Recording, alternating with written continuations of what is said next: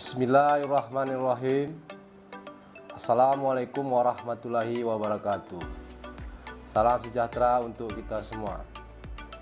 Kami dari tim gugus tugas percepatan penanganan COVID-19 Kabupaten Aceh Tenggara dengan ini menyampaikan perkembangan terkini percepatan penanganan COVID-19 di wilayah Kabupaten Aceh Tenggara pada hari ini Jumat 24 Juli 2020.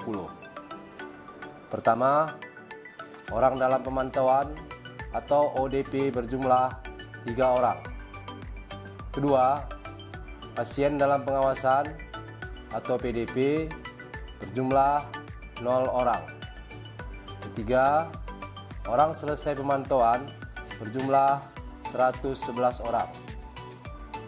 Selanjutnya, kami sampaikan jumlah orang yang masuk dari pos pemeriksaan perbatasan Loi Pakam yang berbatasan dengan Kabupaten Karo, Provinsi Sumatera Utara dari tanggal 23 Juli 2020 pukul 08.00 WIB sampai dengan 24 Juli 2020 pukul 08.00 WIB berjumlah 88 orang.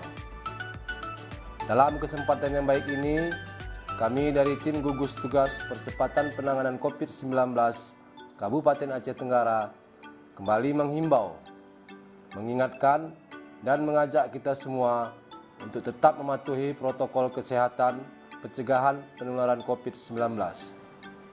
Terapkan perilaku hidup bersih dan sehat, jaga jarak fisik antara satu dengan yang lain, hindari tempat keramaian atau kerumunan orang atau yang sering disebut dengan physical distancing dan social distancing.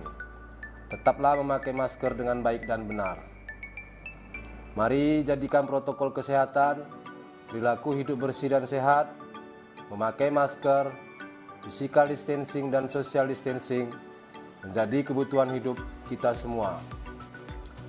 Tim gugus tugas Kabupaten Aceh Tenggara mengingatkan kembali kepada pihak sekolah menengah pertama atau yang sederajat dan sekolah menengah atas atau yang sederajat untuk menjalankan penerapan protokol kesehatan pencegahan penularan COVID-19 dengan sebenar-benarnya di sekolahnya masing-masing.